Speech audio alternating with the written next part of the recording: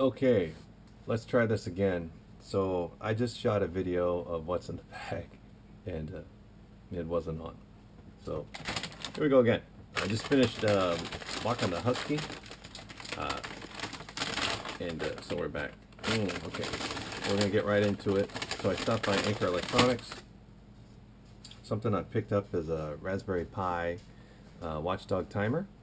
So I'm gonna try this out. Looks like there's a battery attachment to it, and we'll just see how it goes. I got a DC input, and I'm just trying something different with the Raspberry Pi. You know, I have a couple of them. I have the Raspberry Pi 3 and the Raspberry Pi 4, but I think I'll do it on the Raspberry Pi 3 and just see what I can see on this. So I'm just trying to look at what's different with, something different with the Raspberry Pi. Maybe I can, instead of just having them sitting around, maybe I can leave them on longer. Okay, so the next thing I picked up was an encoder, and the encoder has a push button on it, so it's pretty nice one. It came with the knob, and the knob is like press fit, so nice.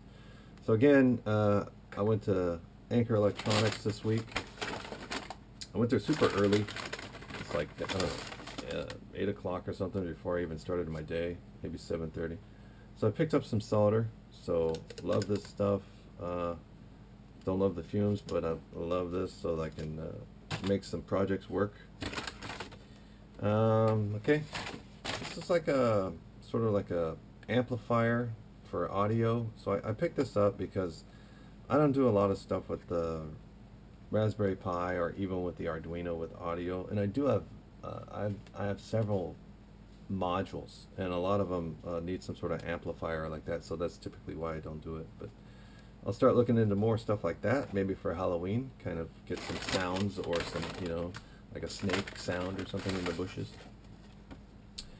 Okay, I grabbed this. This is a USB-C, so it's kind of like the plug, and it has the headers on it, which is super nice, because I guess I could cut a cable, but sometimes I like to just have stuff that I can just work off of like that. This is like a buck booster, but this is a DC to DC, so this is like a step down. So it's step down, and normally you've seen the other ones that I had that are like a step up. So I would go from like 3.3 volts to all the way up to like 9 volts or something like that. It possibly could go even higher, but I never have to go any higher than that. Usually I have the Raspberry Pi, or like if you think about it, the Bird Pi I just put a couple batteries in there, and then I just stepped it up, so I was able to run it, for a long duration out there outside.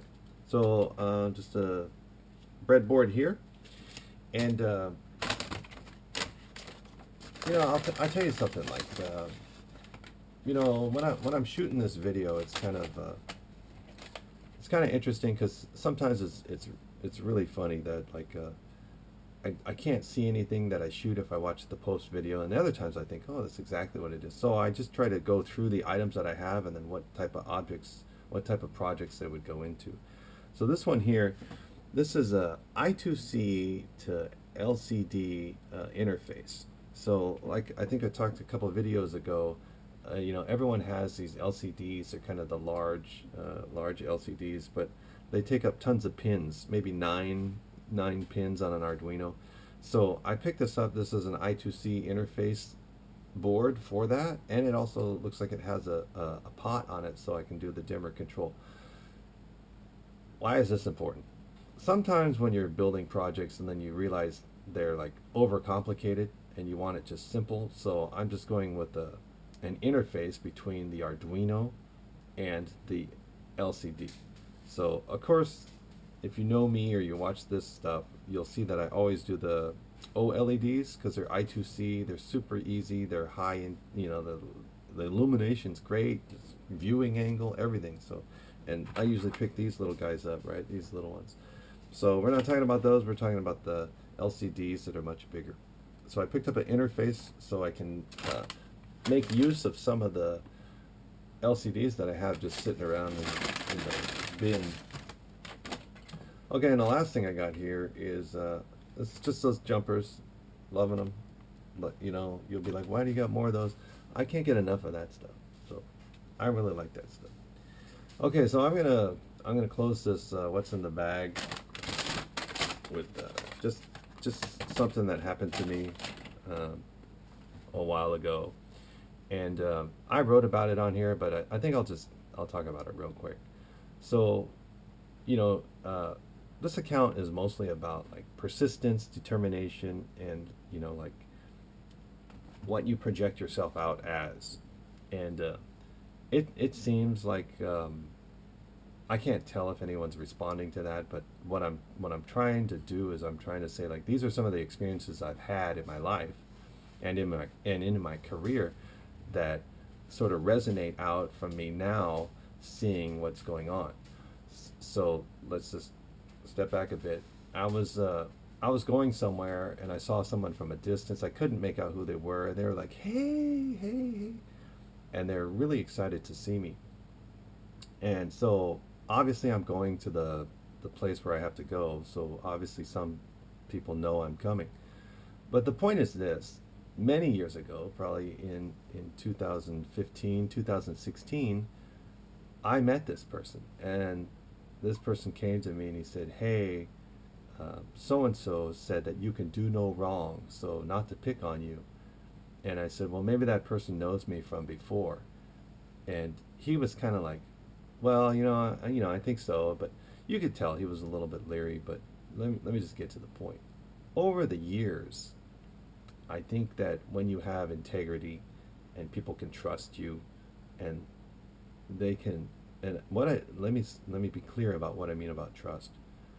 Trust is something that uh, you may see someone's weakness, and trust is saying like we're going to work through this together, and that means that some people like obviously some people like to push people down or step on them to go up.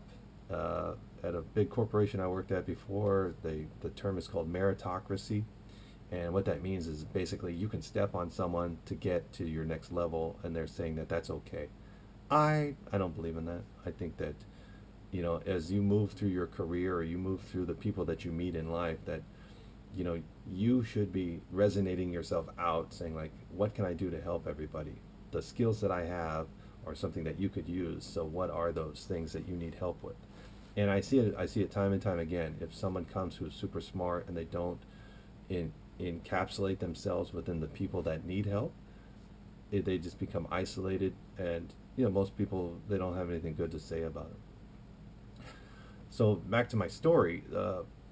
When I met this person, there's this genuine sort of full circle feeling that I get, and I say, oh, it's good to resonate like that. It's good that he realizes that I'm basically the same.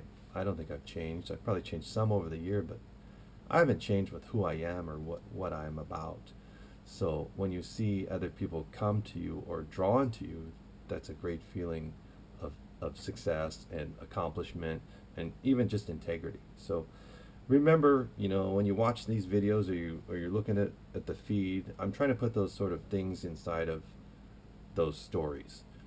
And that's what this account is about. It's really not about me doing electronics all the time. That's just the sort of giving everybody something to look at or something to fall into or have a commonality to. But basically in the